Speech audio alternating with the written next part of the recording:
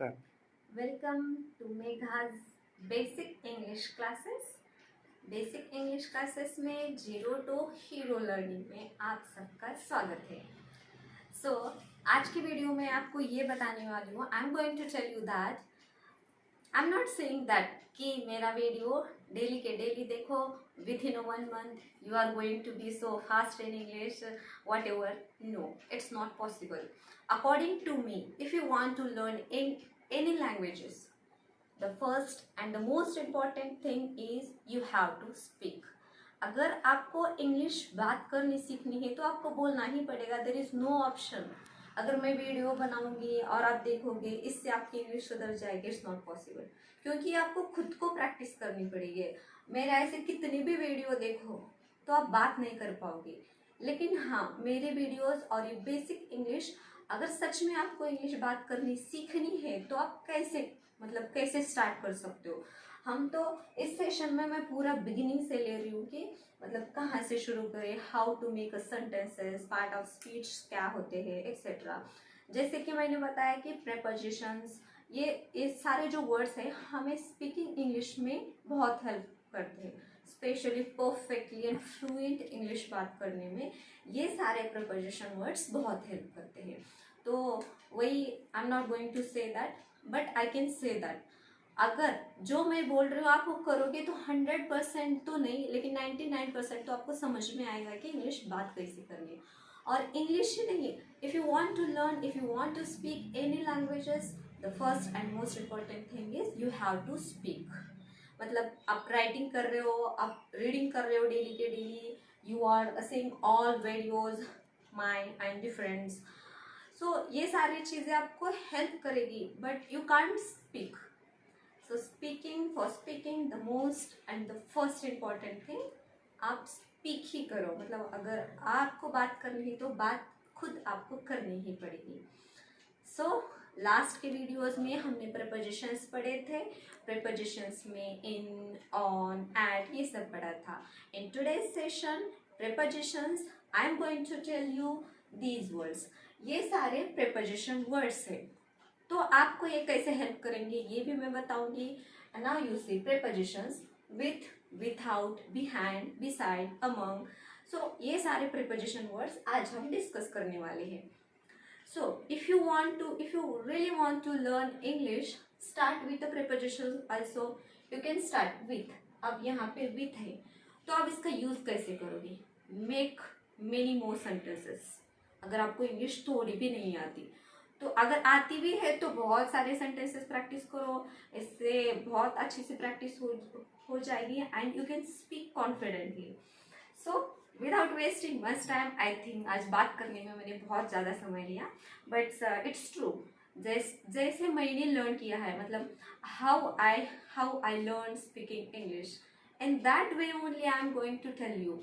और उसी वे में मैं आपको बता रही हूँ कि इंग्लिश बेसिक से आप कैसे स्टार्ट कर सकते हो, नो मैटर आप जीरो भी हो, क्योंकि मैं हूँ यहाँ आपको हीरो बनाने के लिए। But for that you have to follow the same rules which I followed in my life. So let's start. अब यहाँ देखो with है, with is an preposition, is a preposition word. So preposition with कैसे use करते हैं? With as a company. Okay. For example, I write here only one examples and I will explain it more. I am writing with a black pen. देखो मैंने किस pen से लिखा है? Black pen से। किसके साथ लिख रही हूँ मैं? ब्लैक पेन के साथ लिख रही हूँ। विथ कंपनी होती है सिर्फ। I am making videos with my mobile के साथ बना रही हूँ, right. I am speaking with you, I am teaching you, I am learning, I learn English grammar with many books, with, I hope आपको समझ में आया। For example, I am going to school with, जैसे कि मैंने बताया, I am going to school with my friend, I am speaking every day with my family members, I am taking lunch dinner with my friends, with my family members. साथ में, with का कुछ नहीं होता, बस साथ में। तो विथ जो भी हो, if you want to learn English you can start from this. अब विथ से सेंटेंसेस बनाओ जितने बना सकते हो उतने सेंटेंसेस बनाओ एंड स्पीक इट। सिर्फ लिख के नहीं रखने तुम्हें, और इमेजिन करो कि किसके साथ क्या किया तुमने आज, and speak it again and again, and I am sure it's going to help you lot. So next one is without. With means उसके साथ साथ, विथआउट मीन्स उसके सिवा, ऐसा होता है। फॉर एग्जाम्पल उसके सिवा, I can't live without you, it's just a part of joke, मतलब हर कोई किसी के बिना जी सकता है। For example, I can't write without pen, I can't write without board, I can't make videos without mobile, है ना।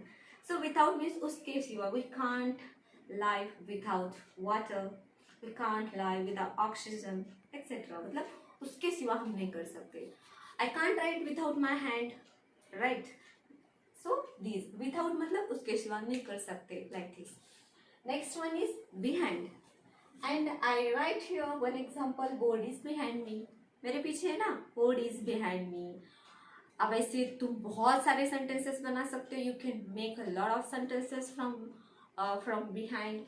For example, the Hanuman temple is behind my house, right? The mango tree is behind my house, the bus stand is behind my college, etcetera. मतलब जो भी चीज़ें आपके पीछे दिख रही है, अगर समझो आप कहीं कहीं पर बैठे और आपके पीछे बहुत सारी चीज़ें हैं, आप चलो स्टार्ट राइटिंग, आप वहाँ से बहुत सारे सेंटेंसेस बना सकते हो, एंड 100% ये आपको बहुत हेल्प करेगा, मतलब स्पीकिंग इंग्लिश में। इससे क्या हो जाएगी, आपकी बहुत प्रैक्टिस हो जाएगी। Right it and read it, right read, और ऐसे इमेजिनेबल नहीं, जो हमें दिख रहा है उसी के सेंटेंसेस बनाओ। तो प्रीपोजिशन बेस्ट ऑप्शन है स्टार्ट करने के लिए English learning. So behind.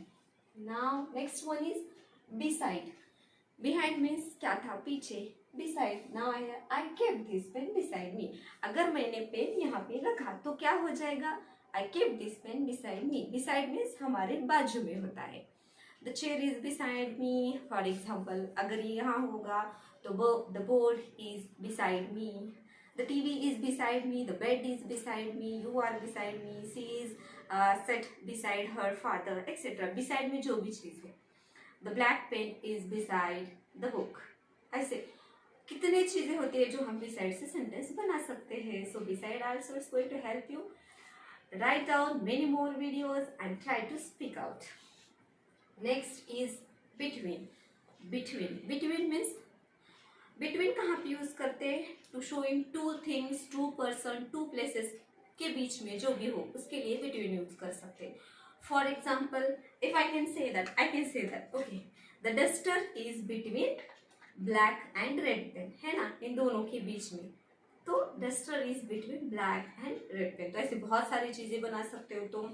For example you can say that जो भी आपके घर में, आपके कॉलेज में, जो भी आपके एरिया में जो भी कुछ चीज़ें दिख रही है उससे आप सेंटेंसेस बना सकते हो। For example, my home is between two trees, I sit between Neha and Sneha, my father is sit between me and my mother, our TV is between wall and table, और wall and bed etcetera. Between से बहुत सारे sentences बनाओ and speak it। between, then among, last one is among। तो देखो between for two persons, two places and two things, इसके बीच में होता है। among क्या होता है, many persons, many things, many friends etc।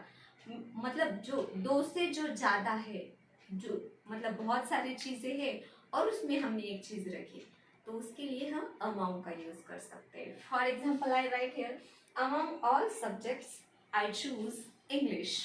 मतलब सारे सब्जेक्ट, मतलब जैसे कि साइंस है, आर्ट्स, कॉमर्स, ये फैकल्टीज हुए, लाइक ऑल सब्जेक्ट में कन्नड़ा, इंग्लिश, हिंदी, मराठी, इन सब में मैंने कौन सा चूज किया, इंग्लिश चूज किया। मतलब यहाँ पे सिर्फ दो थिंग नहीं है, बहुत सारे हैं।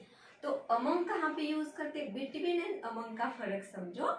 बिटवीन सिर्फ दो लोगों के, दो प्लेसेस के, दो थिंग्स के बीच में का होता है, एंड अमंग बहुत सारे। For example better understanding I will tell you here. अब देखो बिटवीन क्या है, यहाँ पे टू थिंग्स, टू प्लेस और टू पर्सन्स कोई भी हो सकते हैं, उसके बीच में का जो है वो क्या है, बिटवीन। एंड अमंग अगर if you want to understand among को ऐसे बोल सकते हैं, समझो यहाँ पे बहुत सारी चीजें हैं, और उसमें हमने पेन रखे बीच में, तो ये क्या हो जाएगा, अमंग हो जाएगा। अमंग जो बहुत सारी चीजों में होता है, एंड बिटवीन बस two things, person and places में होता है। I hope you understand today's session, and I would like to tell you truly, I'm going to tell you truly, if you want to really learn English, speak it. Make a lot of sentences. आप जितने sentence बना सकते हो उतने sentences बनाओ and try to speak it. Without speaking, it's not possible that you can learn English.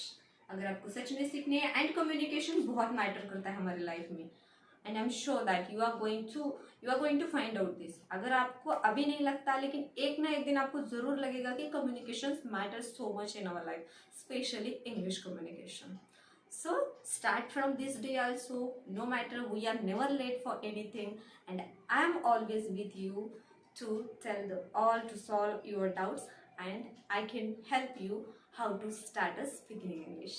Thank you so much for watching. If you like this, please subscribe it, share it, and like it. Thank you so much.